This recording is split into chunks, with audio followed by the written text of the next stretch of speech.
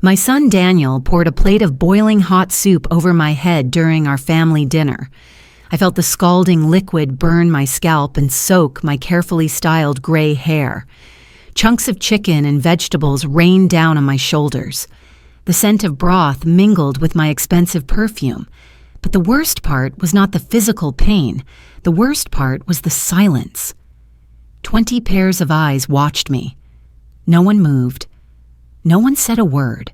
Daniel stood up slowly, wearing that twisted smirk he had perfected over 45 years of getting everything without effort. He pointed at the door with an accusing finger. "You have 10 minutes to get out of my house," he said. His voice sounded theatrical, rehearsed.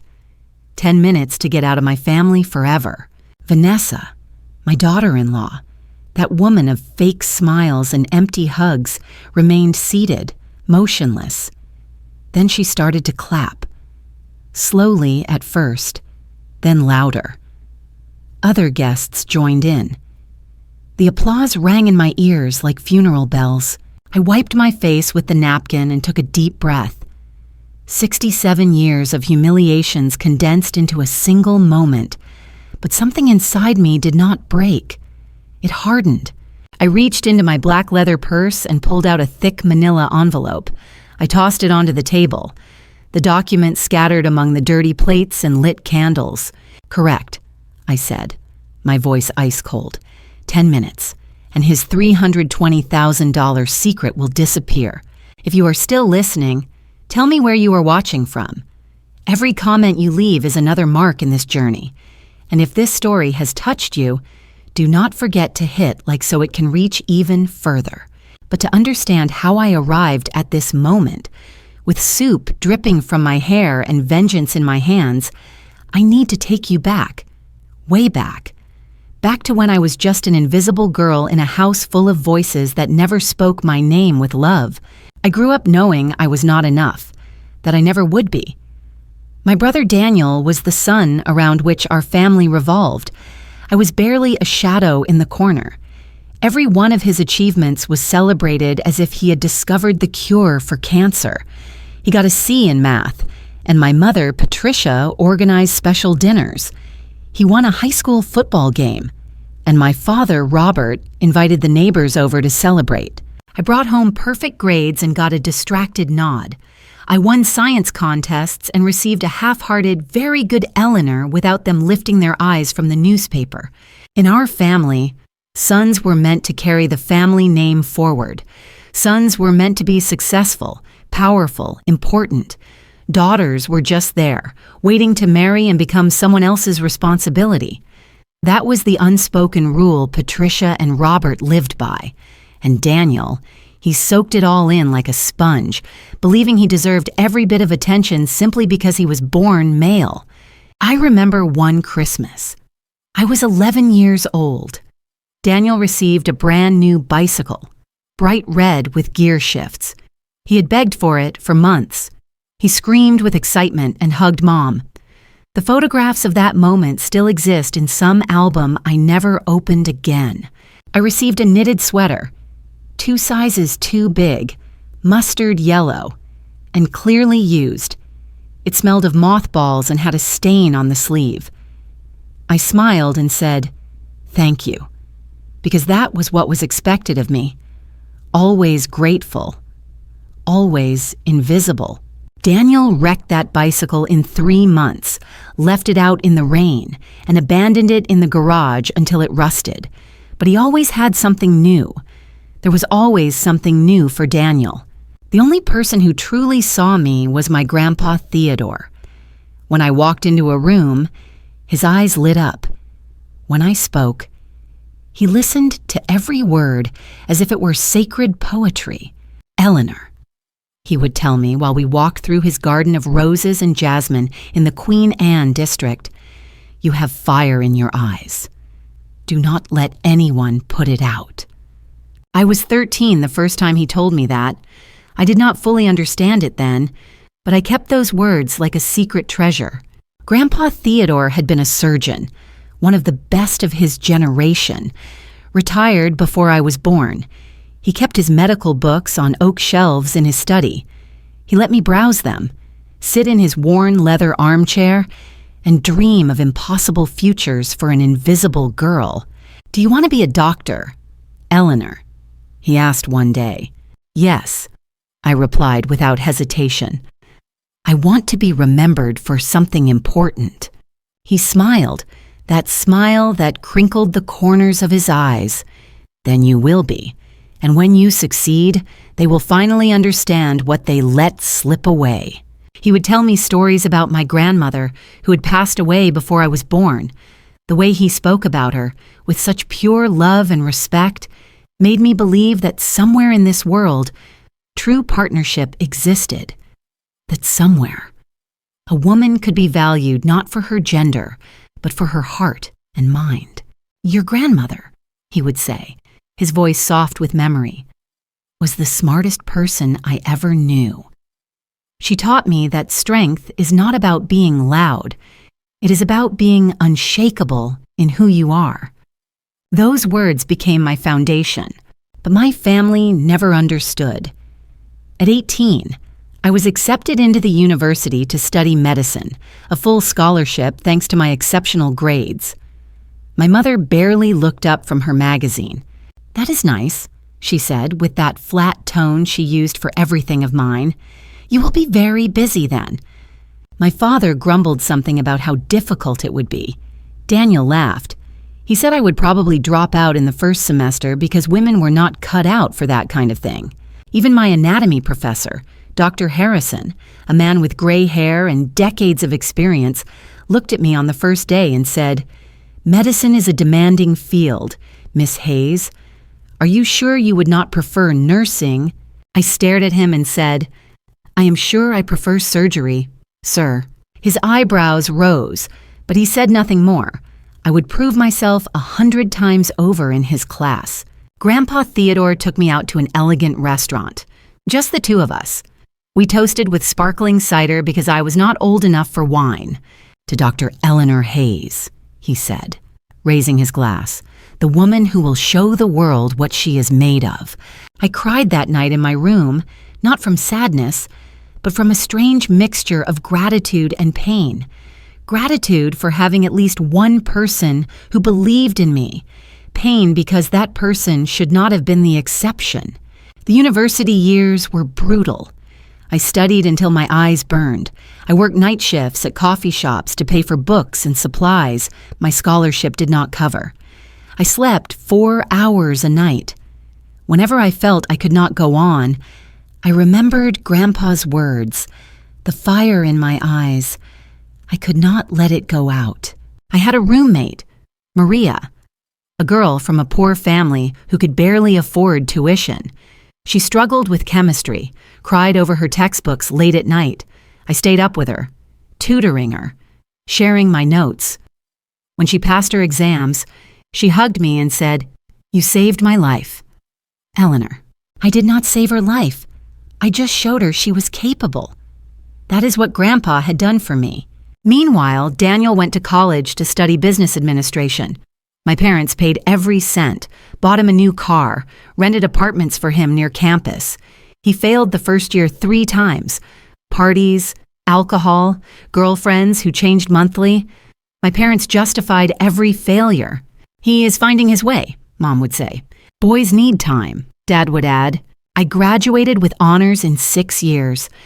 Daniel took 9 years to finish a degree that should have taken 5. But when he finally did, the party was the event of the year.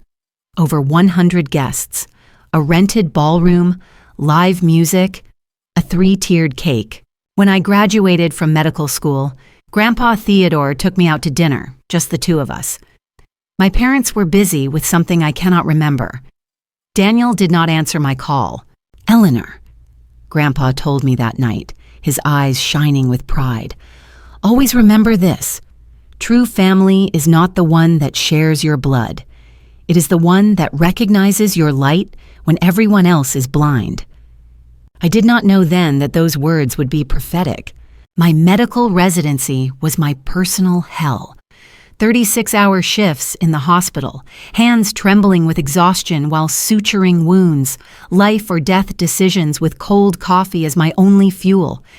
There were moments when my body just begged to give up, but I did not. Every patient saved was a victory against all those who said I could not do it. Every time a patient took my hand and thanked me with tears, I felt my existence had purpose beyond being the forgotten daughter. Grandpa Theodore visited whenever he could. He brought homemade food in plastic containers that I devoured between shifts.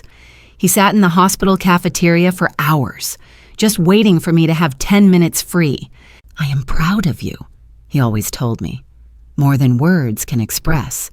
But even in my success, discrimination followed me like a shadow. There was a senior surgeon, Dr. Brennan, a man in his 50s with a reputation for brilliance.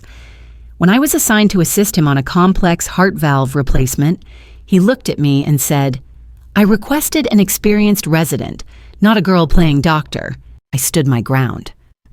"With all due respect, Dr. Brennan, I have performed more cardiac procedures than any other resident in my year. Check my file." He did. And during that surgery, when a complication arose and the patient's pressure dropped, I was the one who identified the issue and suggested the correction. The patient survived. After that, Dr. Brennan never questioned me again. I finished my residency and started a specialization in cardiovascular surgery, one of the most difficult, most demanding, and most competitive fields. I chose it precisely for that reason. I wanted to be where the mediocre could not reach. It worked. At 38 years old, I was offered a position at one of the most prestigious hospitals in the country, not just as a surgeon, but as chief of cardiovascular surgery at Riverside Medical Center in Seattle, Washington. It was recognition that doctors with 20 more years of experience only dreamed of receiving. I called my family, my hand shaking. For once, I thought maybe they would say something meaningful, that they would recognize that their invisible daughter had achieved something extraordinary. My mother answered, "Eleanor, what a surprise. Is something wrong?" "No, Mom. Quite the opposite. I was named chief of cardiovascular surgery at Riverside Medical Center. It is one of the most important positions in the country." Silence, so long that I thought the call had dropped. "Mom, are you there?" Yes, that is good. Honey, congratulations. Listen, can I call you back later? We are organizing a dinner for Daniel. He got investors for his new company. We want to celebrate big." I hung up without saying goodbye. I sat on the floor of my empty apartment. I cried until I was dry. 38 years old, and I was still hoping for something different. Grandpa Theodore called that same night. He always had a sixth sense for knowing when I needed him. "Eleanor, my brilliant girl, your mother told me about your appointment. She should be kissing the ground you walk on. What you have achieved is extraordinary." "They do not care, Grandpa," I said, my voice broken. "They never have. I know, my love, but their indifference does not define your worth. You are valuable because of what you built with your own hands, with your own brain, with your own heart."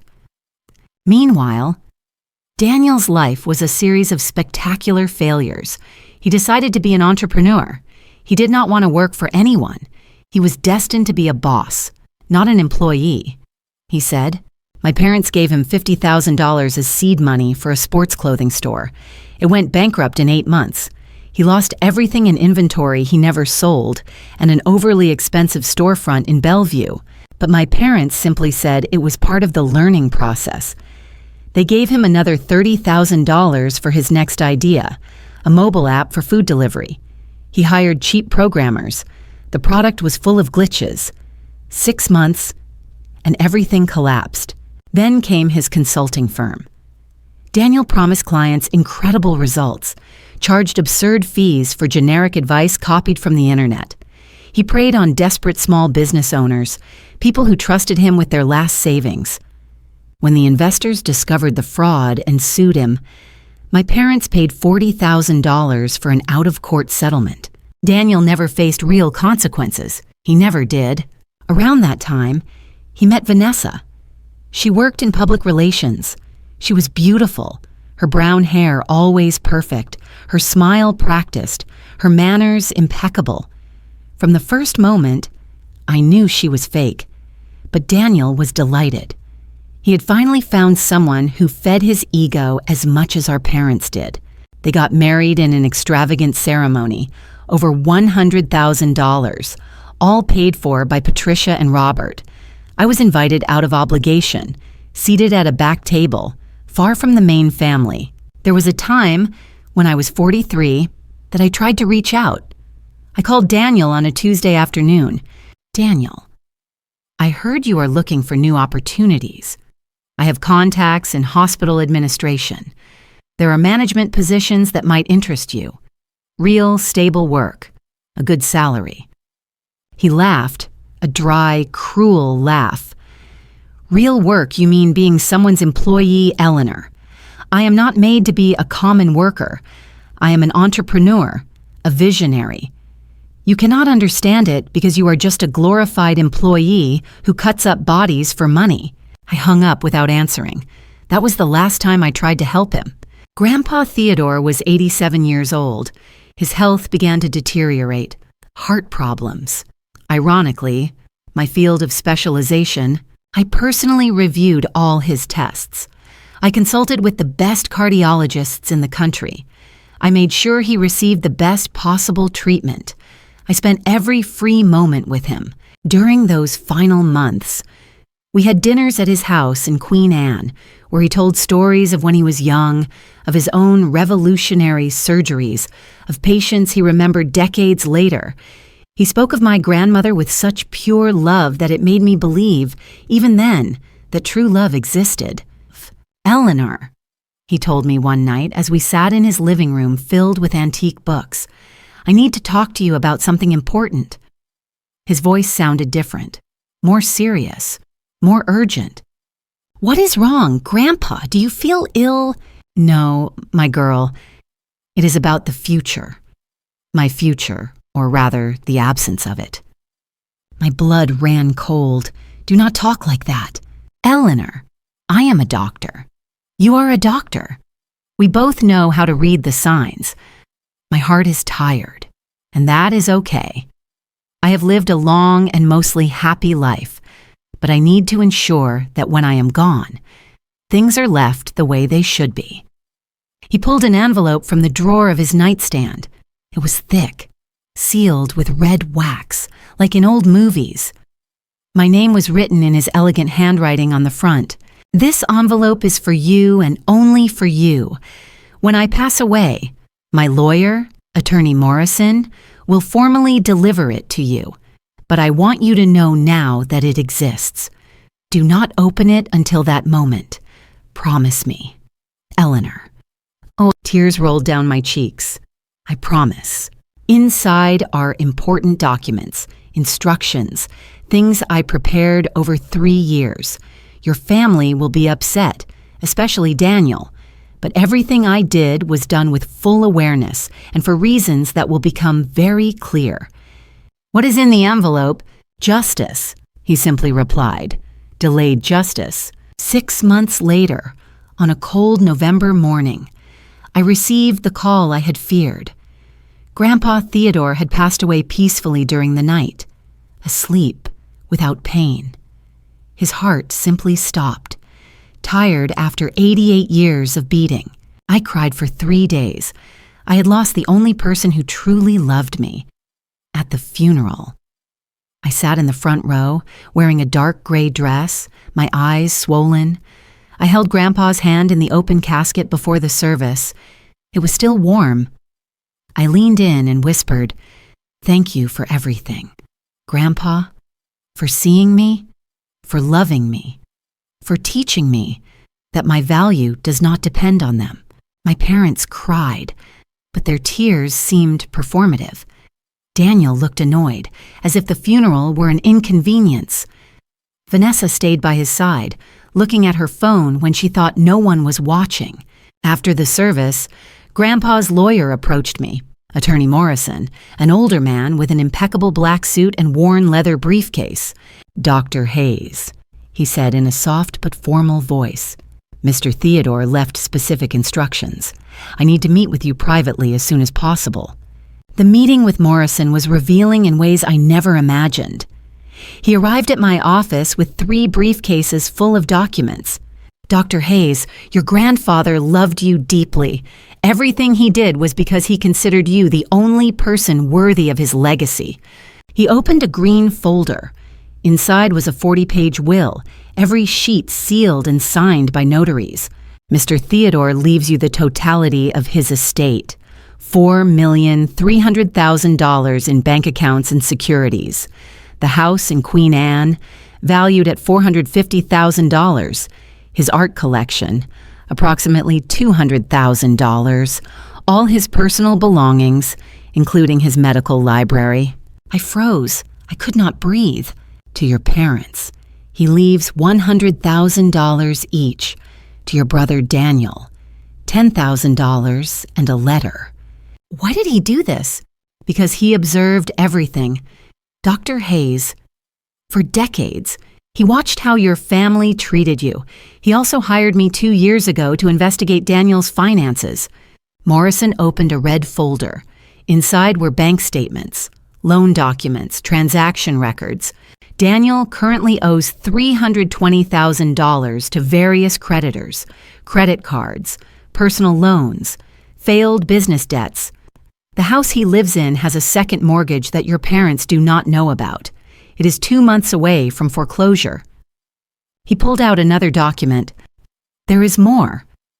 One of the investors Daniel defrauded was James Mitchell, a personal friend of your grandfather. When James contacted him about what happened, your grandfather began investigating. He discovered Daniel has been operating schemes for years. The formal reading of the will was chaos. When Morrison read that Daniel would receive only $10,000, my brother stood up violently. The chair fell backward with a crash. This is a joke. Morrison read Grandpa's letter aloud. Daniel, I have watched you for 42 years. I have watched you waste opportunity after opportunity. The $10,000 is more than you have honestly earned in your life. Eleanor is everything you could have been if you had chosen effort over entitlement. Daniel tried to contest the will. The process lasted 6 weeks before his lawyer told him it was hopeless. He had spent $1,000 of his inheritance plus $5,000 borrowed, all for nothing. 2.5 years passed in silence. No calls, no contact. I used that time wisely.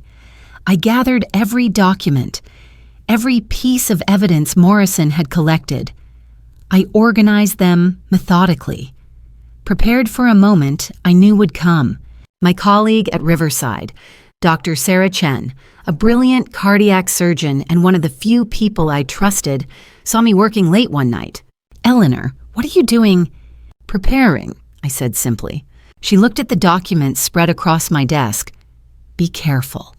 Whatever you are planning, be very careful. Then, 2.5 years after the reading of the will, my phone rang. It was Vanessa. Eleanor, I know it has been years, but Daniel and I wanted to extend an olive branch. We want to invite you to dinner at our house, an intimate family dinner to try to heal. Every instinct told me this was a trap, but a small part of me, the part that was still that invisible girl, wanted to believe. When would the dinner be? This Saturday. Nothing formal, just family. Marcus has realized many things. He has matured. I looked at the documents on my desk, the manila envelope I had prepared. I will be there, I said. I spent the next few days debating with myself. My rational side screamed that this was a bad idea, that after years of silence, a sudden invitation could not mean anything good. But my emotional side, the one I never managed to kill completely, whispered that maybe I deserved to give them a chance. Have you ever wanted something to be true so badly that you ignore all the warning signs? Saturday arrived. I dressed carefully. I chose a beige-colored dress. elegant but not ostentatious. I did not want to look like I was flaunting my success, but I also did not want to look weak. The balance was delicate. I drove to their house in Bellevue with sweaty hands on the steering wheel. The house looked the same as always: well-maintained yard, fresh sand-colored paint, 2 cars in the driveway. I rang the doorbell. Vanessa opened the door with a wide smile. She wore a lavender-colored dress, her hair perfectly styled as always. "Eleanor, what a joy that you came. Come in, come in." The inside of the house smelled of home-cooked food, roast chicken. If I was not mistaken, the dining table was elegantly set. White tablecloth, candles, wine glasses, too elegant for a simple, casual family dinner. My parents were already sitting in the living room. My mother wore a dark green dress and jewelry I had not seen before. My father wore a dress shirt and slacks. Everyone was dressed as if this were an important event. Eleanor. My mother stood up and hugged me. A stiff, uncomfortable hug that lasted exactly 2 seconds. "You look good. A little thin. Maybe, are you eating well?" The criticism disguised as concern. Classic. "I am perfectly fine, Mom." Daniel walked in from the kitchen with a bottle of wine. He looked different. Thinner, with pronounced dark circles under his eyes. Some gray hairs I did not remember. The last few years had not been kind to him. "Sister," he said with what seemed to be a genuine smile, "thank you for coming. It means a lot to us." Dinner began with light conversation. The weather, the news, unimportant anecdotes. Chloe served the chicken with elaborate side dishes. Everything tasted good. I had to admit, they had made an effort with the food, but there was something strange in the air, an underlying tension. Glances that crossed between Daniel and Vanessa, smiles that did not fully reach their eyes. My mother nervously touched her necklace every few minutes. "Eleanor," my father began while cutting his chicken, "we've been thinking a lot about the past, about how we handled things when you were kids." Here came the prepared speech. "We recognize that maybe we were not as equitable as we should have been," Patricia continued. "That perhaps we favored Daniel in ways that were not fair to you. Perhaps," as if they still could not fully admit it. "I have grown," Daniel added. "I have had time to reflect on my behavior, on how I treated you, and I want to apologize. Truly, Eleanor, I was an idiot, a terrible brother." The words sounded right. The tone seemed sincere. But something in my gut told me it was not, that this was a carefully orchestrated performance. "I appreciate the apology," I said neutrally. "What we want," Vanessa leaned forward with her most charming smile, "is to rebuild our family relationship, start over, leave the past behind. And to do that," Daniel took a sip of wine, "we thought it might be good to do something together as a family, a project that unites us." There it was. I knew there had to be something more. "What kind of project?" I asked. "Well," Daniel exchanged a glance with Vanessa. "I have been developing a new business idea, a holistic medical clinic. It would combine traditional treatments with alternative therapies. It would be revolutionary. And I thought that you, with your medical expertise and your connections, you would have a significant percentage. It would be a way to honor Grandpa's memory by using his inheritance for something that helps people." There was the real reason for this dinner. They did not want reconciliation. They wanted my money. Grandpa Theodore's money. "How much do you need?" I asked directly. Daniel cleared his throat. "Well, to start, we would need about $300,000, but it would be a solid investment. I have done all the research. The profit margins in this sector are incredible. Casually, almost exactly the amount of his debts." "I see," I said, taking a sip of water. "You do not have to decide now." Vanessa quickly added, "And we recognize," my father spoke again, "that you worked very hard for your money, that Grandpa left it to you because he trusted you. but I also believe he would have wanted the family to remain united. They were using Grandpa Theodore as an emotional tool, the same grandfather who had explicitly written in his will why he did not trust Daniel with money. I looked around the table, at my mother with her hopeful expression, at my father nodding as if this made perfect sense, at Vanessa with her rehearsed smile, at Daniel trying to look vulnerable and reformed, and something inside me broke, not from sadness, but from final clarity.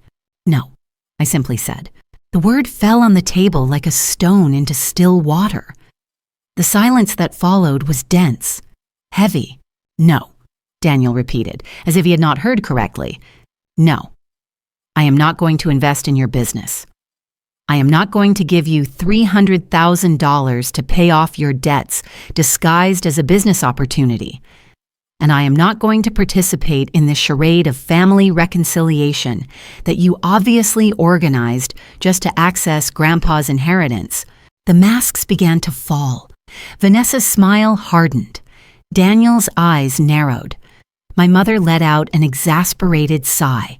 "Eleanor, you are misunderstanding everything," Daniel said, his voice tense.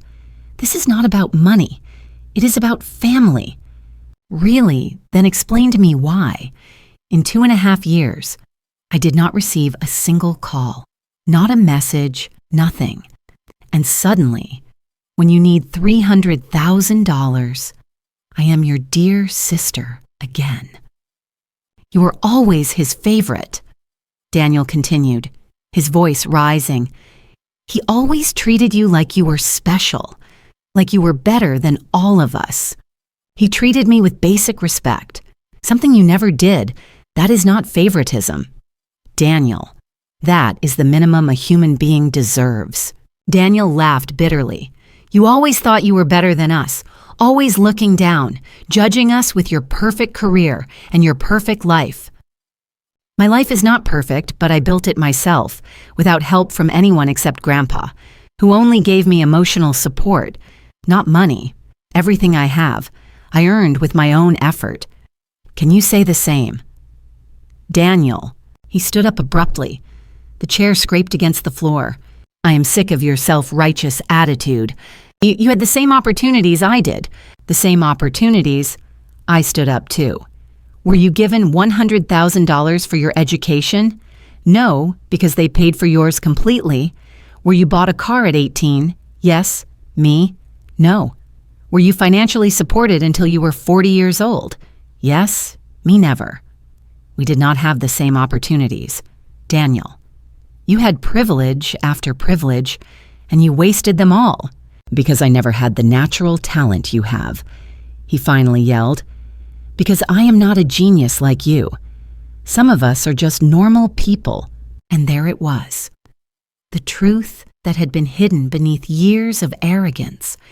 It was not that Daniel thought he was better than me. It was that he knew he was not, and he could not stand it.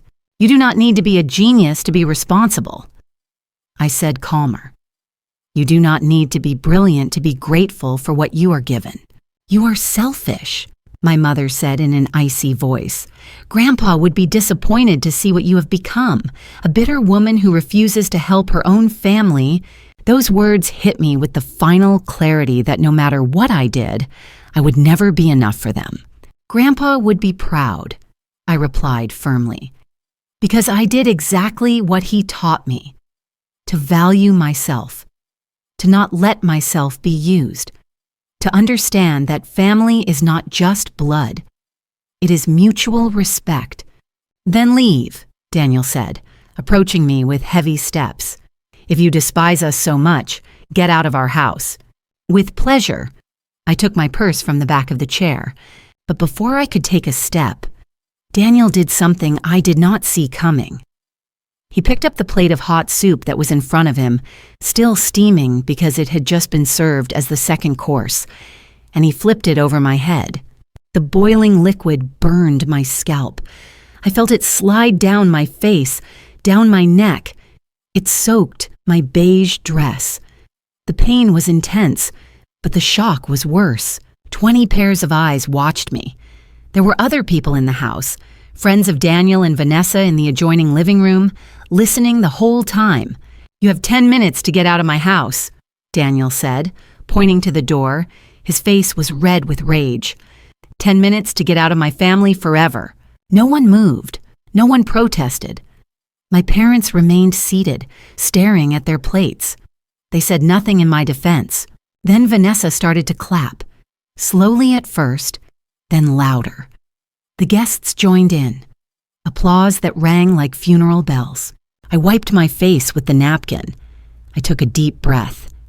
67 years of humiliations had led to this moment, but I was no longer the invisible girl. I reached into my purse and pulled out a thick manila envelope. I threw it onto the table. The documents scattered among the dirty plates and burning candles. "Correct," I said, my voice ice cold. 10 minutes, and his $320,000 secret will disappear. Daniel's smirk faltered. I saw the fear in his eyes. "What is this?" Vanessa asked, picking up a document. "That is Grandpa Theodore's will. Read it out loud. Vanessa, the part where he explains why Daniel received only $10,000, but your guests do not know." I pointed to the adjoining room. "Did you not want an audience for my humiliation? Now they will hear the whole story." I pulled out another document. "This is a detailed financial report. $320,000 in debt. Did you tell Vanessa about the second mortgage?" Vanessa turned to Daniel, eyes wide. "What second mortgage?" "She is lying," Daniel said, voice trembling. "I am not." I pulled out another paper. "This is the second mortgage document. $75,000 at 25% annual interest. A predatory loan because no real bank would lend you money." Vanessa's face went pale. She took the document with shaking hands and read it. Her expression hardened with every second. "You mortgaged our house without telling me." I pulled out more documents, scattering them like cards. A $30,000 loan using false income information, fraud, a credit card in collections, a lawsuit from a partner who says you stole $45,000. Daniel tried to grab the papers. I moved faster. "Do not touch me. You already burned me with soup. With all these fraud documents, the police would love to talk to you." He stopped, breathing heavily. "But there is more." I pulled out a green folder. "Remember those investors from 5 years ago? One was James Mitchell, Grandpa's friend. When he found out what happened, he contacted others you defrauded. 6 people lost $230,000 combined." "That was settled," my father said, "with a confidentiality agreement, but it has a clause. If Daniel commits fraud again, they can proceed with criminal charges." Silence filled the room. "And 3 months ago, I discovered Daniel has been operating another consulting company under a different name. Same scheme. 4 new victims." "You are lying." I have sworn affidavits, emails, contracts, and I recorded this entire conversation, including the assault. Vanessa dropped her document. "Who are you?" she asked Daniel. "Who the hell are you really?" "Vanessa, listen, do not touch me lies, empty promises, failed businesses, but fraud. Real victims jail. I am not going down with you. Call a lawyer. You will need one for the divorce, too." She left. Her car started in the silence. Daniel sank into a chair, head in hands. For the first time, he looked truly defeated. But that is not all. I continued. "This house, do you know whose it really is?" Daniel slowly lifted his head. 13 years ago, Mom and Dad gave you $50,000 for the down payment. You refinanced 3 times, took out that second mortgage. 4 months ago, when you were about to lose it, someone paid off all your debts. I pulled out the last document. It was me. I paid $310,000. The house was transferred into my name. This house is mine. Absolute silence. "You cannot," my mother whispered. "Cannot I? He ordered me out after scalding me. Why should I show mercy? I knelt to Daniel's level. But I am not cruel without reason. You can stay 6 months, get a real job, start paying debts. Rent is $2,000 a month. Pay on time, meet obligations, show you changed. In a year, I will consider selling it back at cost. What if I cannot pay? You move out. The house sells to the highest bidder. Those are the rules the real world follows. Welcome to reality. I stood and turned to my parents. For 67 years, I sought your approval, your love, your recognition. I killed myself studying, working, thinking someday you would see me. Tears ran down my cheeks, mixing with soup, but they were tears of liberation. Grandpa Theodore taught me that love and respect cannot be begged for. Either they are given freely, or they are not worth having. You never gave them to me freely. I placed a smaller envelope on the table. 2 checks, $50,000 each, more than you invested in my education. Take it as my last contribution. But after today, you do not exist to me. I do not want your money. My father said, you have wanted it since you found out about the inheritance. That is why you organized this dinner. But this is the last thing you will ever receive from me. I walked to the door, stopping at the threshold. Grandpa Theodore was right. He said someday you would want to boast I am your daughter. That day has come. When someone asks about my family, I say my grandfather was the best man I ever knew. Then I change the subject. You do not deserve to be part of my success story. I looked at my watch. My 10 minutes are over. Everything that was yours has disappeared. I walked out with my head held high, soup dripping from my hair, but with the lightest heart I had felt in decades. 3 years have passed. Daniel complied. He got a job in sales. Nothing glamorous, but honest. He pays rent on time. He still has 7 years to pay off his debt, but he is trying. Vanessa divorced and moved away. My parents tried to contact me during the first year. I ignored every call, message, letter. Eventually, they stopped.